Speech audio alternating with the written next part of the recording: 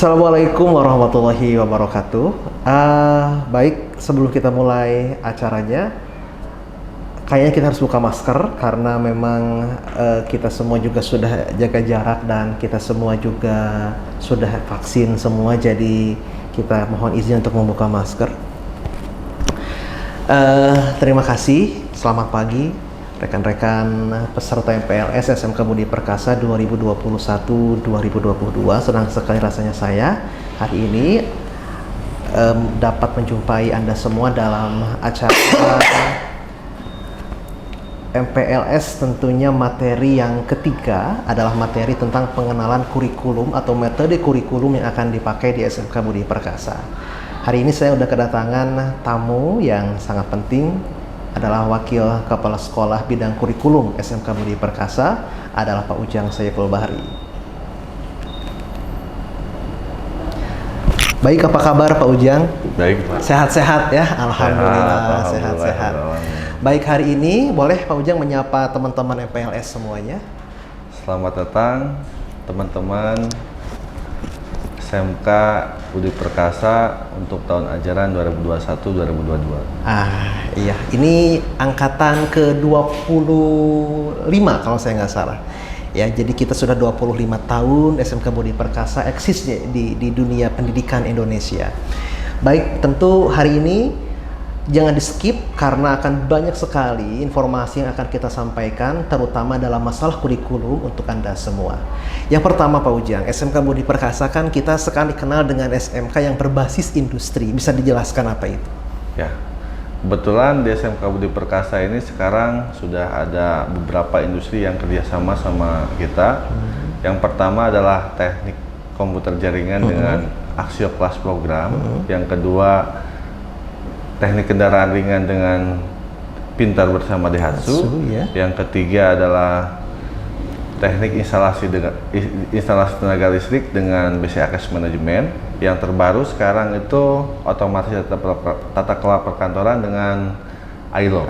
Jadi artinya kita sudah punya 4 kelas industri saat ini. Baik. Untuk Axio sendiri udah berjalan berapa tahun ini kita? Untuk Axio saat ini berjalan naik kelas 3 sudah mau 3 tahun. 3 tahun. Kalau Daihatsu? Daihatsu baru berjalan setahun, sekarang naik kelas 2 udah 2 tahun. Baik, berarti dengan BCA? Untuk BCA 2 tahun juga. Yang terakhir ini paling bontot ILO. ILO itu baru berjalan. Baru berjalan. Berjalan. Jadi kita belum sempat launching untuk ILO. Belum. Oh, baik. Nah, pembedanya antara industri dengan reguler itu dari sisi mana? Bisa dijelaskan? Yang pertama, yang jelas sih dari kelas ya. Kelas itu biasanya yang reguler itu standar. Kalau untuk kelas industri, karena dari pihak industri juga pengen dibuat lebih, yaitu ada AC-nya. Terus yang kedua di metode pembelajaran. Contoh di Axio Class program itu untuk pembelajaran kita sudah menggunakan touchscreen di layar. Kalau di reguler kan masih pakai whiteboard seperti biasa atau proyektor. Kalau di Axio Class program sudah pakai touchscreen seperti itu. Nah, ini dalam masalah kurikulumnya Pak Ujang, apakah industri dan reguler ada pembeda atau sama? Ada. Kalau untuk kelas industri itu yang membedakan, contoh di Axio itu ada namanya perakitan laptop. Di reguler itu tidak ada. Terus di Daihatsu itu ada servis berkala. Itu di reguler, yang lain tidak ada. Terus di TTL juga sama, ada pemasukan karena dengan BCA otomatis servis untuk ATM seperti pengelolaan itu. Uang cash juga ya ada di sana. Tapi ada beberapa hal yang dimasukkan ke kurikulum dinas, yang dimasukkan ke semua jurusan. Ini kabar baik ya buat teman-teman reguler. Jadi ada beberapa pelajaran industri yang dimasukkan ke reguler ya. Seperti apa Pak? Dimasukkan ke reguler. Contohnya dari industri itu kan ingin ada untuk bahasa asing. Bahasa asing itu selain dari bahasa Inggris, maka dimasukkan bahasa Jepang. Nah, terus yang kedua itu untuk ekstrakurikuler itu diwajibkan bisa setir mobil. Jadi anak-anak SMK harus bisa nyetir Ya. mobil. Wah, luar biasa. Setir mobil. Jadi setiap jurusan boleh Pak, boleh ikut setir mobil. Iya. Tapi dilaksanakan setiap hari Sabtu. Baik. Jadi artinya untuk yang reguler pun dia tetap kebagian dampak dari kelas industrinya, Ya. termasuk tadi bahasa Jepang segala macam. Ya, bahasa Jepang, terus setir mobil sama kultur industri atau budaya industri. Oh iya, budaya industri ya. Baik, baik. Nah, untuk sistem penilaian SMK Budi Perkasa, barangkali bisa dijelaskan kepada teman-teman? Untuk sistem penilaian kita masih menggunakan dari dinas Pak, dari dinas. Tapi kalau untuk ujian kita sudah menggunakan sistem CBT atau online. CBT ya? Ya, jadi anak-anak bisa di rumah untuk mengerjakan soal. Oke. Dan penilaian itu akan otomatis terekam. Nah, yang dinilai sama kita itu tetap yaitu kehadiran pas nanti online seperti apa. Terus yang kedua adalah di siswa itu bekerja sama nggak di pas pembelajaran itu sama gurunya, ada interaktif lah seperti itu. Terus yang ketiga itu di pengetahuan dan keterampilan, dan ya tetap kalau untuk spiritual tetap kita yang utama seperti itu. Baik. Nah, berarti untuk metode penilaian itu tetap seperti K13 pada umumnya ya? Ya, K13 pertama. Nah, itu untuk sistem mengambil nilainya berarti kita menggunakan ulangan CBT itu ya? Per berapa bulan sekali Pak Ujang? Biasanya per 3 bulan sekali. Yang pertama itu biasanya mid semester, terus pas, penilaian akhir semester ya, penilaian akhir semester, terus genap, semester mid genap, kemudian kenaikan kelas. Berarti dalam 1 tahun itu kurang lebih ada 4 kali kita mengambil nilai ya? Ya. 2 kali mid semester, 2 kali semester ganjil dan genap. Oke. Tapi biasanya ada juga ulangan harian bersama, Pak. Oh iya, kita punya ulangan harian bersama ya. Jadi nanti sebelum ujian itu ada ulangan bersama juga untuk siswa itu bisa dapatlah kisi-kisinya. Baik, juga sambil latihan CBT ya. Ya, seperti latihan CBT. Oke. Nah, itu untuk penilaian. Kan kita sekarang masih dalam era pandemi. Untuk sehari-hari kegiatan ini seperti apa, Pak Ujang? Karena kemarin itu kita sebenarnya sudah dapat surat dari dinas untuk masuk. Nah, cuman karena kemarin ada PPKM Jawa Barat dan Bali, maka turun lagi untuk sekolah WFH. Jadi untuk pembelajaran tetap kita menggunakan sistem daring, Pak. Daring. Tapi kalau untuk pembelajarannya kita masih menggunakan Google Classroom. Oke, ini perlu digarisbawahi teman-teman. Jadi khawatir nanti ada pertanyaan di luar, untuk proses KBM SMK Budi Perkasa kita tetap untuk teori kita tetap dilaksanakan secara daring atau online. Nah, kalau SMK kan identik dengan praktek, Pak Ujang. Bagaimana dengan nanti praktek anak-anak? Nah, untuk praktek, kalau misalnya nanti kita mengajukan ke dinas, nanti kita praktek akan disip, Pak. Misalnya untuk praktek di TKR atau di TP, nah nanti 5 orang, sesi pertama misalnya dari jam 7 sampai jam 11, sesi kedua jam 11 sampai jam 2:30 misalnya, seperti itu.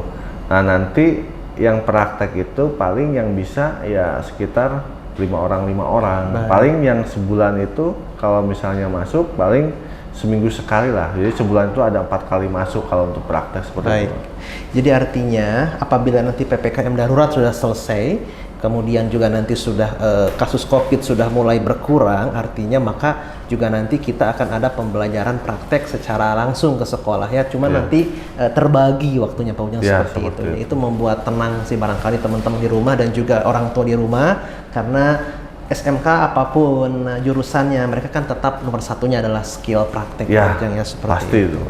Nah, kemudian Pak Ujang, nanti untuk teknis belajar Classroom itu seperti apa? Mungkin ada teman-teman yang di SMP-nya nih belum pakai Classroom dan baru pertama nih pakai Google Classroom. Bagaimana? Coba bisa jelaskan. Kalau untuk teknis nanti akan ada pelatihan atau pembelajaran cara penggunaan Classroom. Tapi kalau secara garis besar kan kita juga nggak mungkin kita jelaskan sekarang gitu kan. Tapi secara garis besar nanti siswa-siswi itu diajarkan bagaimana cara memasuk atau join ke kelas. Setelah join ke kelas nanti bagaimana siswa itu melihat review pembelajaran dari guru. Setelah review pembelajaran dari guru, siswa mengerjakan itu bagaimana. Nah, nanti siswa itu melihat nilainya bagaimana seperti itu. Nah, pertimbangan menggunakan Google Classroom gitu, kenapa nggak pakai Zoom Meeting atau yang lain gitu? Kenapa pertimbangan kurikulum menggunakan Google Classroom? Bisa dijelaskan? Sebenarnya sih ingin gitu pakai Zoom Meeting, cuman kemarin sudah diuji coba pakai Zoom itu ternyata kuotanya banyak Pak, kesedot. Nah, banyak orang tua juga yang ini terlalu banyak kuota. Nah, tapi tetap kita akan Zoom, tapi nggak sering gitu. Kombinasi lah, kombinasi. Kalau setiap hari kan kasihan juga gitu. Nah, makanya dikombin aja kalau misalnya nanti misalnya bisa seminggu sekali untuk kombinnya tetap pakai plafonnya Google Classroom. Kecuali nih dari siswa pengen Zoom terus ya nggak masalah buat sekolah.